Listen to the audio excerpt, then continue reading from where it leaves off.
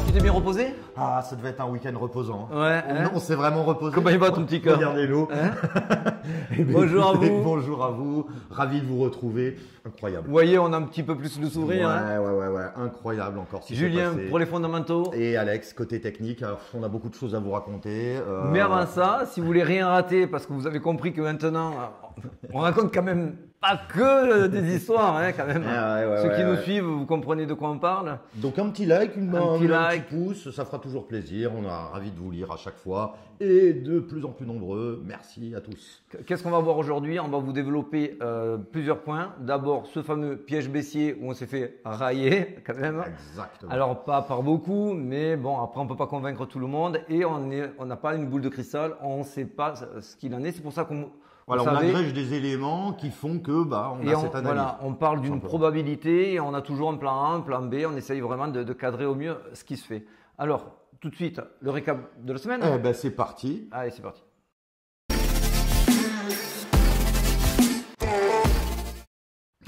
Waouh! Alors, on a décidé de ne pas vous la mettre en semaine, mais en jour, parce que c'est quand même un sacré jour. C'est une sacrée journée. Je vais vous le dire franchement, je suis dans la crypto depuis quelques années, mon ami aussi.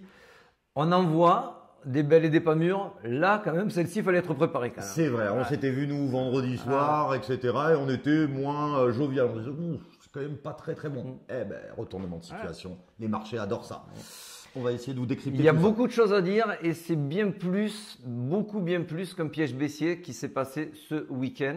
On va vous expliquer, on va commencer d'abord par vous expliquer, oui, tout est vert aujourd'hui. On va pas aller dans le distinguo de voir qui fait mieux qu'un autre parce qu'effectivement, les gros dossiers profitent, etc., etc. Vous connaissez la musique, on va pas vous refaire la partition.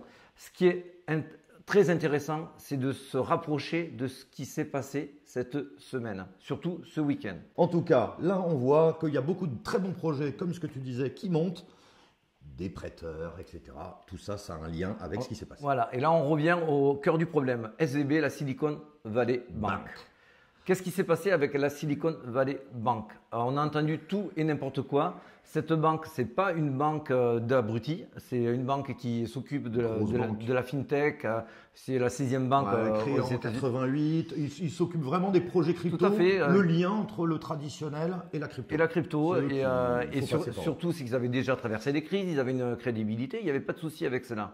Sauf que, en fait, pour couvrir les dépôts de leurs clients, ils ont pris des obligations des bons au trésor, ce qu'au fond toutes les banques, puisque ils sont obligés d'avoir confiance dans leur gouvernement, donc on ne peut pas leur reprocher de se couvrir avec des bons au trésor du gouvernement. Ils gagnaient pas mal. Ils gagnaient pas mal. Par contre, leur petit problème, c'est qu'ils prenaient des bons au trésor à longue maturité. On peut prendre des bons au trésor courts, donc du 3, 6 mois, et on peut prendre du long, du 7, 10, 15 et 20 ans.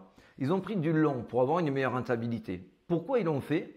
Parce qu'il y a un plaisir du risque, parce qu'il y a un intérêt du gain, mais surtout à cause et surtout de ce document-là. Ce document-là, si vous l'avez vu passer très bien, comme ça vous allez tout comprendre. Ceux qui ne l'ont pas vu, vous inquiétez pas, je vais vite vous le traduire. Ça, c'est ce qu'a publié la Fed en décembre 2020. C'est des projections qui sont attendues sur les années futures. Bon, mais la Fed, qu'est-ce qu'elle dit? Elle dit que 2020, 2021, 2022 et 2023, on vous l'entoure en rouge. C'est pas moi, le document vient pas de moi, je fais que vous le ressourcer. Les taux attendus étaient de 0,1. Donc les banques se sont dit, bon, on va faire confiance à la Fed. Si on fait confiance à la Fed, on prend donc des obligations risqué, on prend du long terme. Ce que n'a pas fait. Parce que c'est ce qui nous prévoit. Exactement. Donc ça va nous faire gagner de l'argent. Les gens qui arrivent et qui déposaient de l'argent à la SVB étaient collatéralisés avec ces fameux bons au trésor long terme. Très bien, sauf si la Fed n'est pas sur du 0,1 en taux, mais bien plus haut. À ce moment-là, ça commence à se sentir mauvais parce qu'on gagne beaucoup moins. On gagne beaucoup moins, on perd la confiance de ses clients et à un moment donné, si quelqu'un va mettre le feu aux poudres, va vouloir retirer ses dépôts et à chaque fois, la banque va perdre quand ils voudront retirer des dépôts. Pour bien comprendre, pour être bien clair, c'est un petit peu, vous prenez un club de foot. Le patron d'un club de foot va signer un joueur. Il va ah ouais, c'est un super joueur, gros potentiel. Ouais, gros potentiel. Bon, cher, hein, très cher. Mais bon, on va le garder 5 ans, il va exploser chez nous et on le revendra bien plus cher. Bon, c'est une pipe. Le mec, il fait 2-3 saisons, c'est une pipe. Il veut le revendre, il plombe les résultats de l'équipe. Donc, le patron du club veut le revendre. Et au moment de le revendre, bien sûr, il ne s'y retrouve pas sur son investissement. Il va le revendre à perte. C'est exactement ce qui se passe là. C'est que là, ils ont plein de bons au trésor. Ils sont obligés de les rendre parce que les clients veulent repartir, ils n'ont plus confiance. Et ils sont à perte. Et c'est que des bouts de papier et ça ne vaut plus rien. Et ça ne vaut plus rien ou très peu. Et c'est là où la Fed qui apparaît un petit peu en sauveur, alors que c'est eux qui ont allumé le feu. Ouais, le pompier pyromane. Exactement, parce qu'ils n'arrêtent pas de changer d'avis. Ils ont changé d'avis 2 fois le mois dernier. On augmentait les taux, on réduit. Non, finalement, on réaugmentait les taux parce que l'inflation. C'est ce qui s'est passé là récemment. Puis là maintenant, on compte les rebaisser. Exactement. Bref, et maintenant, très bizarrement, ils viennent de comprendre quelque chose parce qu'il ne faut pas oublier non plus les vidéos qu'on vous a fait la semaine dernière. Rappelez-vous, c'est très important, la SEC, la Fed, le FBI et Biden, sur un intervalle de 10 jours, sont tous venus pour taper sur la crypto. Leur but, à côté de tout ce qu'on vient de vous dire par rapport à la SVB, leur but, c'était clairement annoncé, il y avait une OPA qui était faite de tuer. Pour peut-être pas tuer, mais très affaiblir la crypto pour pouvoir les amener, mieux la réguler. La réguler et les amener exactement là où ils voulaient. Voire aussi avec dégager CBDC, quelques stablecoins pour faire peur en disant exactement les CBDC, on pourra les placer. Et là, c'est là où c'est très très important ce qui s'est passé aujourd'hui. Vraiment, je n'ai pas assez vu. Je crois que c'est la première fois de tout l'univers crypto confondu qu'il y a un lien qui soit visible et fort. Je vous le dis, c'est une très belle victoire qui s'est passée ce week-end-là. C'est très peu relayé. On dit juste, ouais, super, on est sauvé parce que la Fed est arrivée. Non. Le gouvernement US vient de prendre une gifle magistrale. Ils viennent de comprendre à quel point la finance traditionnelle est imbriquée à la crypto. Et si on touche et qu'on va faire mal à l'un, on fait mal à l'autre. Le vice-versa. Ça, ils s'en doutaient pas. Ils ont sous-estimé peut-être un peu. Ils ont totalement sous-estimé. C'est parce qu'on est dans un capitalisme de connivence. Et, Powell, tous ses copains sont au bord des plus grandes banques. On est dans l'ultralibéralisme plus que dans l'intelligentsia. Hein. Vous inquiétez pas, on le retrouve aussi avec la BCE. On n'est pas plus fort ou plus faible que les autres. Oui, ça, bon, vous avez compris, ils ont pris une claque phénoménale. Ils ont compris que ça allait pas se passer aussi facile que ça. Et ça, par contre, je peux quasiment m'engager là-dessus. Il devrait y avoir beaucoup moins de FUD sur les jours à venir. Donc, semaine dernière, oui, on était effectivement ici avec on casse le biseau par le bas, le fameux biseau ascendant. Ça, c'était des choses probables, on vous l'avait dit. On vous avait dit qu'il y avait un retour possible dans les 18 000. On vous avait dit si ça y va, pour nous, on reste haussier, mais tranquille, calm down. On fait pas les fous à faire des longues, à faire. On pensait pas qu'il allait être aussi fou. Ouais, alors voilà, de mémoire quand même. C'est assez rare. C'est assez rare. Mais, surtout avec autant de FUD. Ouais. Tu dis FUD. FUD. Ou je sais pas comment. Bon, alors voilà où on en est maintenant. Alors effectivement, il y a toujours des zones d'imbalance. C'est les zones d'imbalance. Je vais vous le dire tout de suite, à un moment donné, il y a un décalage entre les fondamentaux et la technique. Des fois, on n'est pas en phase. La technique a ses limites, et les fondamentaux aussi. La technique fonctionne toujours très bien quand on est sur un marché avec un contexte apaisé, où il n'y a pas de tension. Quand il y a vraiment des choses très très puissantes qui sont en train de se tramer, si vous essayez de faire de la technique en intraday, vous allez vous faire cueillir. Tous ceux qui ont fait les malins à faire de la technique, disant bon ben là, il va monter, il va descendre, ça va monter parce que là il a cassé le ceci, il va casser le cela, sachant qu'on était sur un contexte hyper tendu avec les nouvelles de l'USDC, le SVB et tout ça, c'était trop risqué. En revanche, si on dézoomait, c'est ce que nous on vous avait dit fin de dernière vidéo. On reste haussier, pourquoi? Parce qu'on est sur un élan qui a mis du temps à sortir, parce qu'on sort d'un coup de production du Bitcoin. On était dedans, donc on ne pouvait pas y rester. Donc il y avait beaucoup de choses. Donc là, je vous ai laissé les zones d'imbalance, mais les zones d'imbalance, regardez, bam, je vous les supprime, on ne veut plus les voir. Là, on oublie la technique. Par contre, la technique que moi, je vais mettre en place là, c'est ce qu'on voit habituellement. Quand on réintègre un triangle, et notamment un biseau, ce n'est pas juste parce qu'on a oublié d'éteindre la lumière et de repartir à la baisse. En général, on doit aller venir taper le canal du haut. Tout à fait, et c'est vrai que c'est bien, il faut faire toujours très attention, il a tout à fait raison Alex, côté technique, etc. Parce qu'on voit même que le VIX, donc l'indice de volatilité, est effréné là en ce moment.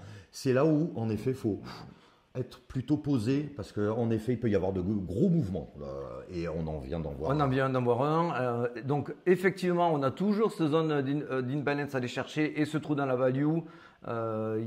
J'ai pas de souci avec ça. Effectivement, il y a des liquidités à aller chercher au sud. Il y en a également au nord. On a ici un trou dans la value. Là, je voulais pas dézoomer, mais je voulais mis le dollar ici. Il y a également ici un trou.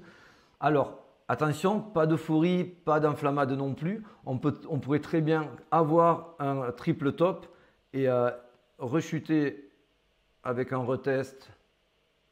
Voilà, ou même sans le retest. Hein. Donc, voilà, soyons prudents. Ne nous enflammons pas. Aujourd'hui, c'est des très bonnes nouvelles parce qu'on réintègre le canal haussier, mais on n'aimerait pas voir un tri-top. Voilà, donc soyez vigilants par rapport à cette figure. En revanche, ce qui peut réellement se produire, c'est qu'on peut avoir un premier retest du 25, on retape un middle canal et on remonte au 26. C'était à peu près un plan où on vous avait dit, puisqu'on tombait sur entre le 20, le 20, autour du 20 mars, où on pouvait tomber le haut du canal. Ça, c'est une probabilité, comme l'autre probabilité. Donc, soyons vigilants, pas trop d'euphorie, il se passe beaucoup de choses. En effet, il y a, le 14, on a le core CPI, donc l'inflation annuelle, etc. On a aussi le 22, le FOMC. Vous voyez qu'il y a quand même des éléments catalysants à la hausse, comme à la baisse forcément. Exactement. Donc, il faut toujours rester un petit peu mesuré. Ce qui est rassurant, c'est en revanche la montée qui vient de se produire quand on est passé de 22 à 24. Elle s'est faite vraiment avec les weights. Donc c'est un mouvement qui est initié pour... Je ne vois pas un piège aussi facile. On sort d'un énorme bear trap, le fameux piège haussier. Regardez, c'est celui qu'on vous présente maintenant. Piège baissier, pardon. Merci. Piège baissier, c'est ce piège baissier qu'on vous présente maintenant depuis des semaines. Le 25 000, on était en haut ici. Du coup, on a tendance à croire qu'on a touché le bas du piège baissier avec le 19 500 de vendredi ou jeudi.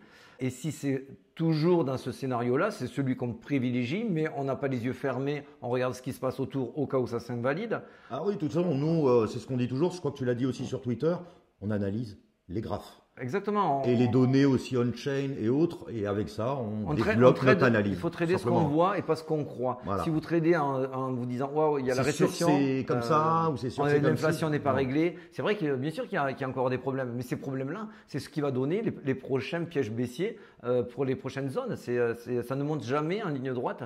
Donc tout ça, il faut en être conscient. Donc voilà, je voulais vous présenter cela. Alors, on voulait faire une petite dédicace, il y en a qui nous ont avant de se séparer, crypto, et on te l'avait promis. On te l'avait promis, elle est top. Une petite pensée pour les mecs en short depuis vendredi, avec cette fameuse... Oui, parce que c'est pour ça qu'on vous dit, on va pas trop nous fanfaronner en disant, il faut jamais. On vous l'avait dit que c'était un piège baissier, on va rester, tout arrive très vite dans un sens ou dans un autre. Donc, merci à toi, Crypto. Et pour l'order flow, on va finir par cela et on parlera aussi de ces aides juste avant de finir, c'est important, donc restez encore 2 minutes. Sur l'order flow, ce que je voulais vous montrer, c'était ce fameux funding qui était revenu très négatif, ce qui nous avait laissé sous-entendre qu'il y avait un short squeeze en préparation, même si on ne s'attendait pas à la violence de ce short squeeze. Pourquoi? Qu'est-ce qui s'est passé? En fait, l'USDC, quand il a commencé à dépeg, tout le monde a paniqué et a sorti ses USDC. Bon, les USDC, on les sort pourquoi? Il y en a certains qui les ont sortis pour acheter de l'USDT. Bam! Voilà, double peine. Double peine parce que les USDC, quand ça avait des pegs d'un côté, ça avait plus peg que l'autre. Il n'y a pas de terme pour l'autre. Parce que normalement, il était allé au-dessus en gros du 1$. Voilà, donc certains ont pris moins 20% d'un côté et à moins 5 encore de l'autre. Bon, ça c'est très mauvais. Ça c'était ceux qui ont paniqué. Les vrais, qu'est-ce qu'ils ont fait? Ceux qui ont paniqué mais qui étaient moins stupides, j'ai envie de dire, sont allés sur du Bitcoin et de l'ETH. Absolument pas sur les altcoins, j'avais vérifié. Oui. Par exemple, les Atom, les Matic, ça n'a pas bougé leur dominance. En revanche, la dominance, je vous encourage à vérifier. Bitcoin, Ether, au moment du dépeg de l'USDC. Tout le monde s'est réfugié, on va dire, là-dedans. Et petit point, petite parenthèse, toujours se méfier, surtout dans des moments comme ça, avec une crise de liquidité, notamment avec SVB, etc., aller dans des projets très, très, très, très solides, les grosses large cap. Mais on ne va pas sur des petits qui, eux, vont devoir vendre leurs petits tokens pour racheter du Bitcoin. Donc forcément, ils vont vous dumper dessus. Exactement. Et pourquoi on a senti qu'il allait y avoir cette hausse? C'est qu'en fait, quand ils ont acheté leurs Bitcoin et leurs ETH, à ce moment-là, c'était vraiment pas sûr du tout que le marché reparte à la hausse. On était plutôt en mode ça ne s'arrête jamais, c'est encore une fête supplémentaire. On était ici sur ce goulot d'étranglement. Qu'est-ce qu'ils ont tous fait? Ils se sont tous hedgés. C'est pour ça que les fundings ont fortement baissé. Comme ils ne voulaient pas se risquer sur du Tether, ils ne voulaient pas se risquer sur du BUSD. Qu'est-ce qu'ils ont fait? Ils sont allés chez les gros. Donc ils achètent du Bitcoin. Mais le Bitcoin, s'ils ont peur qu'il dévisse, ils le shortent en même temps. C'est-à-dire que s'ils baissent, ce qu'ils gagnent sur le short compense la perte qu'ils ont sur le Bitcoin. Exactement. On perd d'un côté, mais on gagne de l'autre. Donc ils achètent un Bitcoin et ils se hedgent un Bitcoin. Si ça remonte, ça va, ils coupent leur short et ils reviennent à l'équilibre. C'est pour ça que dès que ça bougeait très vite vers le nord, on a vu une cascade de liquidation et ça a été les premières impulsions qui ont mené la suite que vous connaissez maintenant. On va finir par CZ, ça vient de tomber. C'est très très important également. CZ, il veut mettre combien? Il veut mettre 10 euros? Non, 20 euros. Non, 100 euros. Il met tout le fonds d'urgence, c'est des milliards. C'est plusieurs milliards. Plusieurs milliards du fonds d'urgence qu'il avait mis en place en BUSD. Et c'est un désaveu. C'est très très important ça aussi. Ouais. C'est presque aussi important que ce qu'on vous a dit au début sur la Fed. C'est un désaveu du BUSD. Il commence à penser que les stablecoins ne sont pas la solution. Il y en a beaucoup qui veulent sortir un dollar numérique collatéralisé sur du Bitcoin ou sur de l'ETH. C'est en train de prendre forme. Ils ne veulent plus le collatéraliser ou qu'il soit payé sur l'USD, le vrai dollar américain. Il y a trop de volatilité, sachant qu'aujourd'hui, quand la Fed arrive pour sauver toutes ces banques-là en disant le contribuable ne va pas payer, qu'est-ce que ça veut dire ? Eh ben, on sort la machine à billets. CZ l'a très bien compris. Donc il part sur Bitcoin, Ether et BNB. Du BNB. C'est ça. Bon, ben on se dit au revoir. À très vite. Et je t'ai raconté l'histoire, c'est Abbé qui va voir Thomas et qui dit à Thomas, on n'irait pas en Thaïlande, machin compagnie. Je t'ai raconté. Et ils ont dit, mais j'ai pas de crypto moi pour payer tout ça.